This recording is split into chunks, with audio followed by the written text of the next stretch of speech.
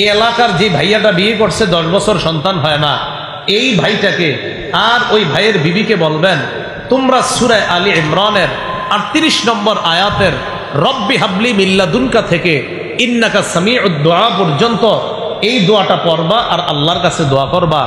এইভাবে দোয়া করবেন, আল্লাহ জাকারিয়া নবী বৃদ্ধ বয়সে আপনার কাছে দোয়া করছে, আল্লাহ আপনি জাকারিয়া নবীকে বৃদ্ধ বয়সে সন্তান দান করছেন, মাবুদ গো আমিও ওই দোয়াটা করলাম, আমার বিয়ে হয়েছে 10 বছর একটা সন্তান হয় না, আল্লাহ আপনি আমাকে এই দোয়ার বদৌলতে আমাকে একটা সন্তান দান করেন। এই দোয়া করেননি? করে না, না কইরা বাসে ওঠে আর ট্রলারে ওঠে, উইঠা কই জানি যায় সন্তান চাইতে। কেন আপনি এদিক সেদিক যান?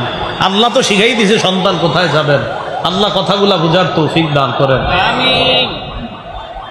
তাহলে জাকারিয়া আলাইহিস সালাতু ওয়াস সালামের দোয়ার পরে আল্লাহ পাক রব্বুল আলামিন এবার সন্তানের সুসংবাদ দিলেন। সূরা আলী ইমরানের 39 নম্বর আয়াতে আল্লাহ বলেন, ফানাদাতুল মালাইকাতু ওয়া হুয়া কাইমুন ইউসাল্লি ফিল মিহরাব। জাকারিয়া নবী যখন মেহরাবে নামাজে দাঁড়াইছে, ফেরেশতারা ডাক দিয়ে বললেন, ও জাকারিয়া নবী, আল্লাহ তো আপনার দোয়া কবুল করে ফেলছে।